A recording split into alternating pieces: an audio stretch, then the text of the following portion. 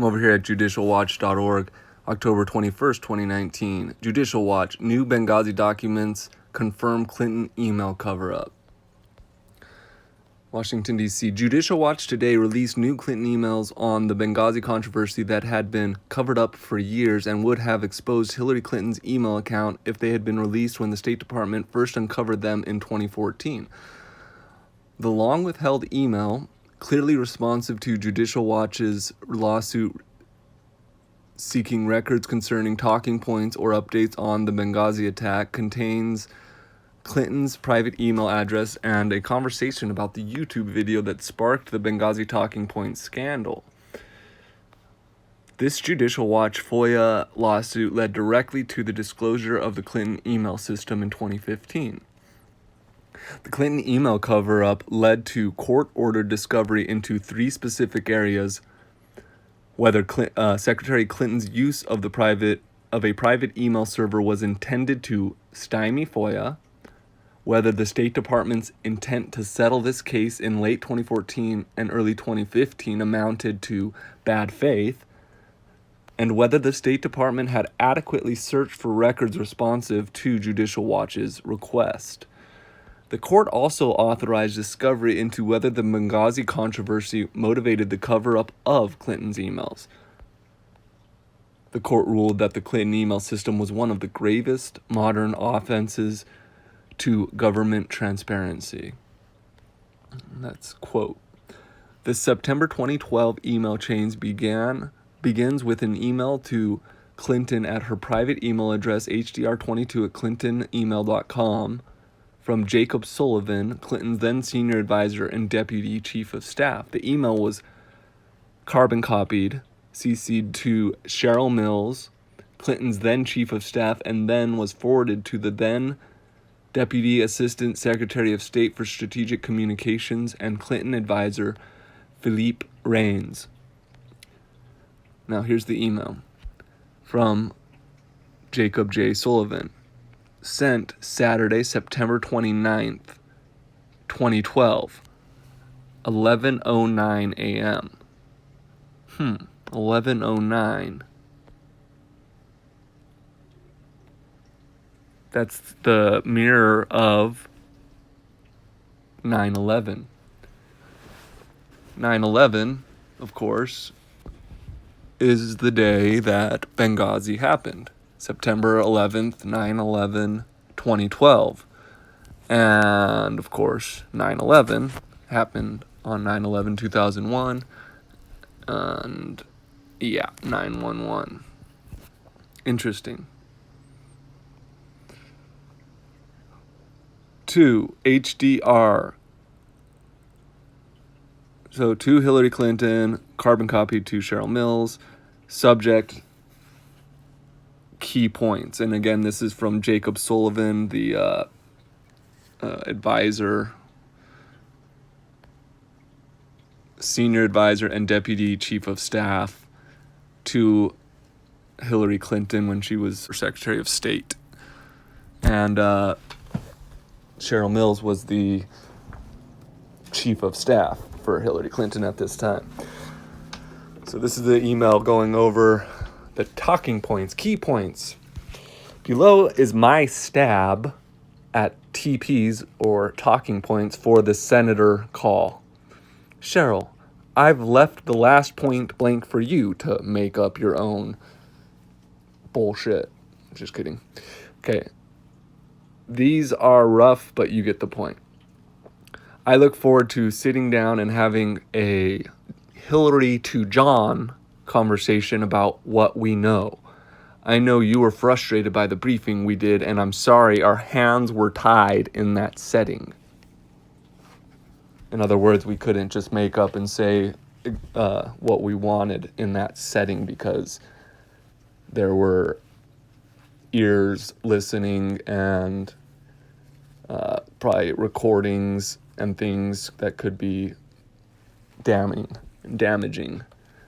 So they couldn't just say whatever they wanted, and like the deep state hacks that they are.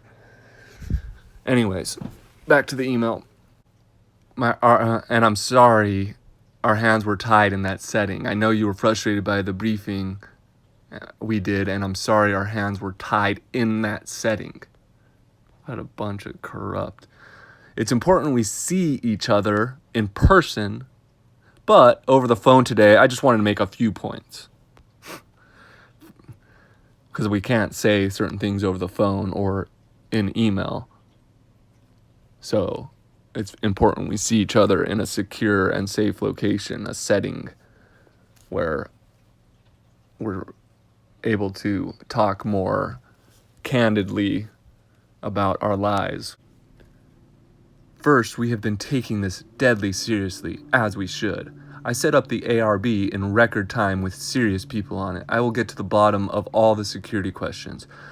We are also in overdrive working to track down the killers, and not just through the FBI.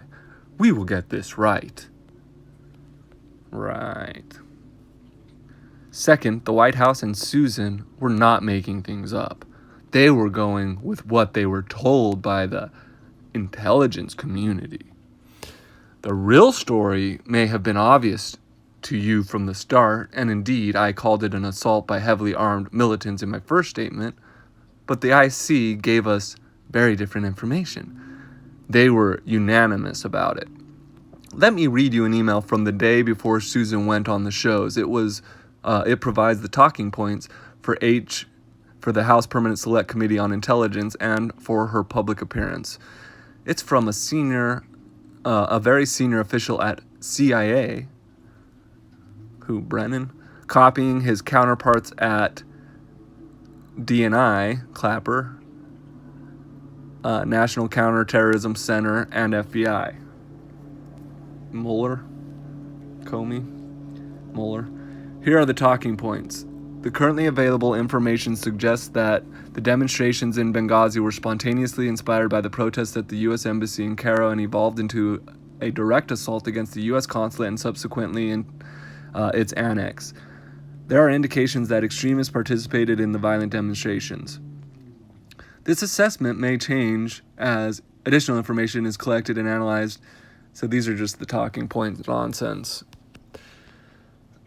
Currently available information continues to be evaluated. That's a little disclaimer in case they have to change their story.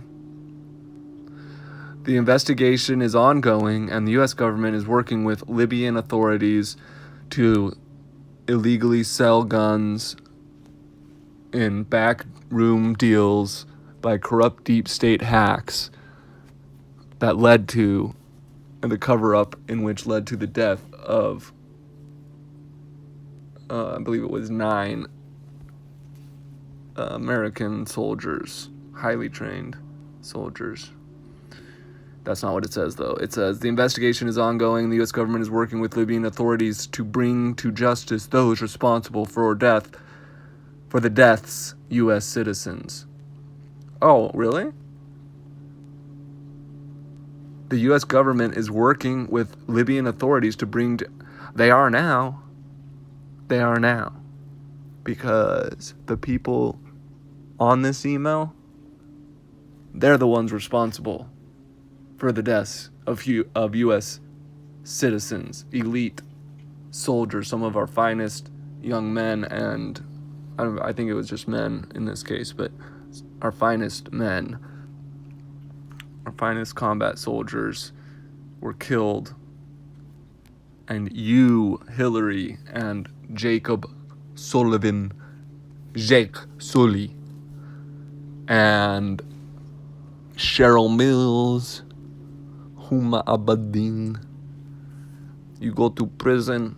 Maybe you go to with the rope around, like the neck rope, and then you hang from your neck, you bastard. All right. That is exactly what Susan said following the guidance from the IC. She obviously got bad advice, but she was not shading the truth. Would you know? Would you people even know what the truth is anymore? No. Third, you have to remember that the video was important. We had 4 embassies breached because of protests inspired by it: Cairo, Tunis, Khartoum, and Sana'a. We had serious security challenges in Pakistan and Chennai and some other places. All this was happening at the same time. So many of the contemporaneous comments about the video weren't referring in any way to Benghazi. Now, of course, in those countries, it was much, much more than the video, but the video was certainly a piece of it, one we felt we had to speak to so that our allies in those countries would back us up. In fact, as Judicial Watch famously uncovered in 2014, the talking points that provided the basis for Susan Rice's false statements were created by the Obama White House. Judicial Watch requested records related to Benghazi talking points in May 2014. In July 2014, it filed suit. The Clinton email finally released this month was first identified by the State Department in September of 2014, but was withheld from Judicial Watch despite it specifically referencing talking points.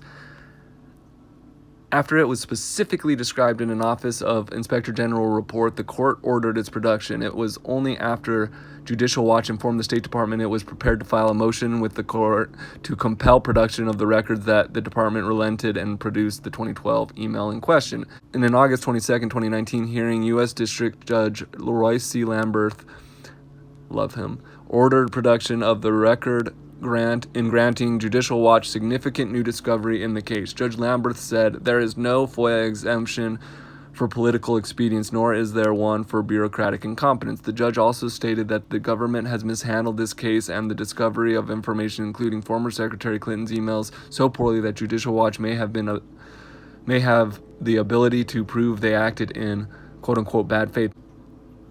This email is a twofer. It shows Hillary Clinton misled the U.S. Senate on Benghazi and that the State Department wanted to hide the Benghazi connection to the Clinton email scheme, said Judicial Watch President Tom Fitton. Yep. Rather than defending her email misconduct, the Justice Department has more than enough evidence to reopen its investigation into Hillary Clinton, into the Clinton machine, the Clinton beast that is Hillary. The court is considering whether to allow Judicial Watch to question Hillary Clinton and her top aide in person and under oath about the email and Benghazi controversies. It's like, geez. Last month, the State Department, under a court order, finally provided Judicial Watch a previously hidden email which shows top State Department officials used and were aware of Hillary Clinton's email account. I mean, all this covering up and stuff, like, how is that, like, even okay at all? This is so, like, much bad faith, and obviously evident bad faith by the State Department up to this day that's still fighting at these deep state, entrenched bureaucrats in the State Department, these attorneys, these State Department attorneys and stuff that are still protecting Hillary. I mean, that's what's really difficult about all this, bringing down these people, or one of the things is that, like, half of the deep state are attorneys, and they're unethical but high-powered, they're very, they're good attorneys. They're completely corrupt. I mean, like Hillary Clinton and Bill Clinton are both attorneys, were high-powered attorneys before they went into politics. Or certainly Hillary was. And a lot of these people, they know the law, and they know how to skirt it, they know how to bend it, tweak it against their political enemies and in favor of themselves, how to,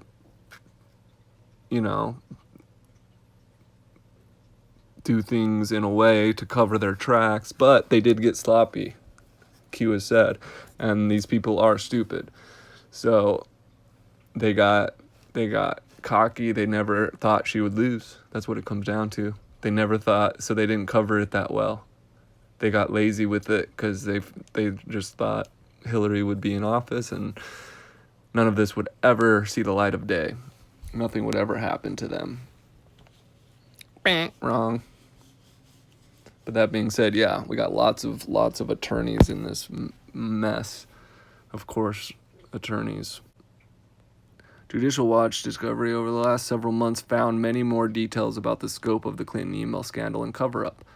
So John Hackett, former director of Information Programs and Services, IPS, testified under oath that he had raised concerns that former Secretary of State Hillary Clinton's staff may have quote-unquote, culled out 30,000 of the secretary's quote-unquote personal emails without following strict National Archives standards. He also revealed that he believed there was interference with the formal FOIA review process related to the classification of Clinton's Benghazi-related emails. Heather Samuelson, Clinton's White House liaison at the State Department and later Clinton's personal lawyer, admitted under oath that she was granted immunity by the Department of Justice in June of 2016. It's ridiculous. They just handed those immunity agreements out like candy to all these people in exchange for nothing, just to protect them. There you go. Justin Cooper, former aide to President Bill Clinton and Clinton Foundation employee who registered the domain name of unsecuredclintonemail.com server that Clinton used while serving as Secretary of State, testified he worked with Huma Abedin, Clinton's Deputy Chief of Staff, and, might I add, best pal and satanic witch cohort protege to Hillary Clinton, to create the non-government email system. In the interrogatory responses of E.W. Bill Priestap, Assistant Director of the FBI Counterintelligence Division, he stated that the agency found Clinton email records in the Obama White House, specifically the Executive Office of the President. Jake Sullivan. Jake Sully. Literally turn this video off right now and watch it right now. Avatar. Everyone in the world has seen that movie. So if you have not seen it, then I don't even know what to say other than just go watch it right now and watch it on a good TV, on a good screen, because the graphics and effects are just incredible. It's a great movie. It's full of, I'm sure, all kinds of, no doubt, it's full of all kinds of, propaganda and brainwashing, indoctrination, little stuff, but it's still a great movie. I haven't watched it again since I was, had my awakening to all this, but I think I would still enjoy it. I would just have to, ignore the brainwashing. I can't really watch movies anymore. Sometimes it's pretty subtle. Sometimes it's right in your face, obviously. Other times it's subtle and it's just a couple things, a couple lines in the movie or parts or whatever. That's the whole, as far as the purpose in terms of it being a brainwashing, for the cabal, the New World Order agenda. It could just be a couple parts but they're important, and they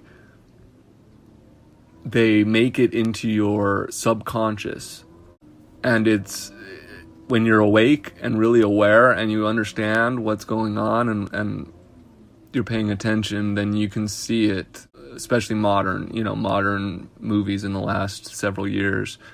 It goes way back before that, but certainly in the more recent films of the last, decade or so, and yeah, definitely beyond that, but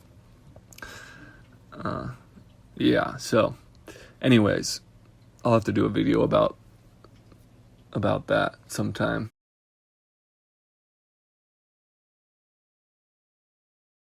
All right, getting back to it.